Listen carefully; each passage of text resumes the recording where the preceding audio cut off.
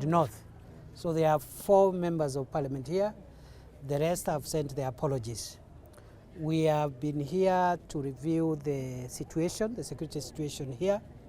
As you're aware, there is an ongoing operation to deal with the security challenges, especially banditry and livestock rustling in northern Rift Valley, including Turkana County. We have made some progress, but we still have challenges which we met this morning to address. As you're aware, last year we did give money to train, equip, and deploy additional NPRs for Turkana. But having assessed the situation, we are of the view that we need to increase the number of NPRs for Turkana County. And therefore, I have asked the security team to work with other stakeholders and ensure that we add the number of NPRs within Turkana County by 468, which will be spread across the areas where we still have problems. We still have problems in Turkana East, parts of Turkana South, Loima, and also in our border with South Sudan, the Nadapa area, and also in the north. We still have issues, a little different in Kibish area and Todonyang. So we will make that intervention. Secondly, we are also going to increase the number of administrative units so that we can have government security enforcement infrastructure closer to the people. I have asked the county security team again to supervise a public participation exercise and generate proper minutes, working together with the political leaders so that we can have more units for this area. Number 3, there are some administrative units which were gazetted but are not yet operational.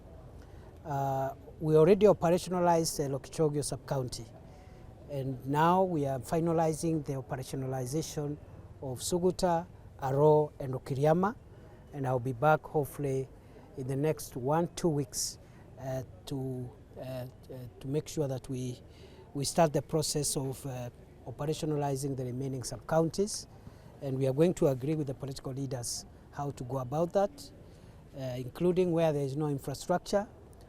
We want CDF to support us to finalize the infrastructure for the offices for our officers so that to enhance the situation here.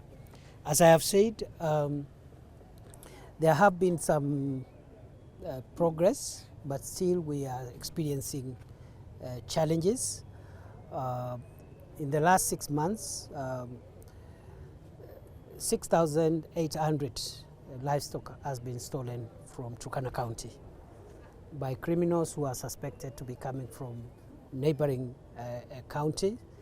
And out of the 6,800, we have recovered 5,600, 1,200 livestock, heads of cattle and camels are outstanding. I have directed the county security and intelligence team to look for the remainder of the livestock, recover it, and hand it over to their owners. Already we've had recoveries, including early this week. I think 1-2 months ago, we even recovered a huge number, 2,000 for the goats and sheep, which were handed over to their owners. But still, we want 100% recovery. The key solution to this problem will be the complete suppression of banditry. As you're aware, our officers are doing their best, and the government is supporting them by modernizing their equipment because we do not want to have casualties among law enforcement officers. Last week, I commissioned a number of armored personnel carriers and mine-resistant ambush-protected vehicles, and some of them are destined for this area, and within the weekend, we will get additional armored vehicles to enforce the law here and to fight banditry so that our teams of officers are not exposed, because in the past we have lost officers because of traveling in vehicles that are not protected. Last night we had an incident in Lokori. Our teams in the sub-county, with the support from the neighboring sub-counties, are leading an operation for recovery of that livestock. And I've also directed the county security team to move to that area and support that recovery process. We regret that we lost a few people who were lost in that attack last night. And our assurance to the people of Turkana and the people of Kenya in all the counties that are affected by this problem, we are not yet there, but we are getting there. The equipment which has come will be supplemented by another equipment we are expecting in 2 weeks. And that equipment includes air assets, which will coordinate with the ground teams. And these air assets are armored, so they are able to carry out kinetic operations from the air. And that is the only language that bandits and livestock thieves understand. So that we have a coordinated approach and air-to-ground communication between the teams that are working on recovering livestock and preventing livestock theft on the ground with air teams. So in a short while, this picture and this scenario is going to change drastically. I just want to request for a little more patience as all of us struggle, because we are all partners. Our security agencies are partners in this effort. Political leaders who have really done a big role in supporting this operation against crime are also important stakeholders, and that's why we took time to consult with them this morning.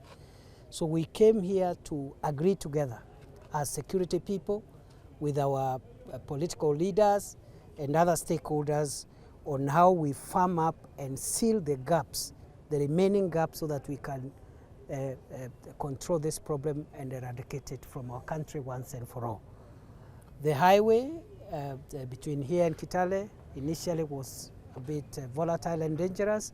We've now been able to stabilize the highway, and then we have some issues between ourselves and our neighboring country of Uganda. We have some issues, cross-border security issues between ourselves and our brothers in Southern Sudan. We are engaged at diplomatic and state-to-state level to resolve those issues, including about 42 or so of our kingsmen from our country who are in jail in Uganda. The negotiations are at an advanced stage, and we are expecting in the next 2 months or so, the President of Kenya, the President of Uganda will be in this region with a view to having a general resolution on the cross-border problems we have.